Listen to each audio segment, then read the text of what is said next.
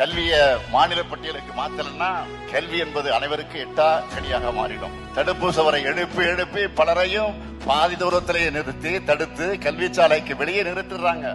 இதை பத்தி கடந்த 2022ஆம் ஆண்டு காந்தி கிராமம் பல்கலைக்கழக பட்டமளிப்பு விழா பிரதமர் வருகிறார் நிகழ்ச்சிக்கு. அப்போது அவர்களை நேரடியாகவே நான் வலியுறுத்தி இருக்கிறேன். மாநிலத்துக்கு மாநிலம் மாறுபடக்கூடிய பண்பாடு இருக்கிற நாட்டுல குழந்தைகள் எந்த மொழியிலும் படிக்கணும், எந்த பாடத்திட்டத்தில் படிக்கணும்னு முடிவு செய்யும் அதிகாரம் மாநில அரசுக்குத்தான் இருக்கணும். எனவே கல்வியை மானிய பட்டியலுக்கு கொண்டு வரக்கூடிய நம்ம போராட்டம் தொடரணும். அது மட்டுமல்ல, மும்மொழி கொள்கை ஏத்துக்கலன்னு ஒன்றிய அரசு தர வேண்டிய 2152 கோடியை தராம முரண்டு பிடிக்கிறத பற்றி உங்கள் எல்லாருக்கும் தெரியும். இங்க இருக்கக்கூடிய மாண்புமிகு திக்விஜய் சிங் அவர்கள் தலைவராக இருக்கக்கூடிய நாடாளுமன்ற குழுவினுடைய பரிந்துரைத்திருக்கக்கூடிய நிதிதான் அது.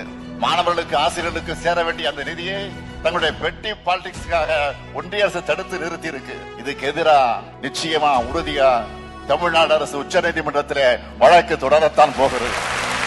எப்படி நாட்டுக்கே வழிகாட்டக்கூடிய தீர்ப்புகளை பெற்று இன்றைக்கு இந்திய நாட்டுடைய மாநில உரிமைகளை பாதுகாத்திருக்கிறோமோ அதே மாதிரி இந்த வழக்கிலையும் வெற்றி பெறுவோம்.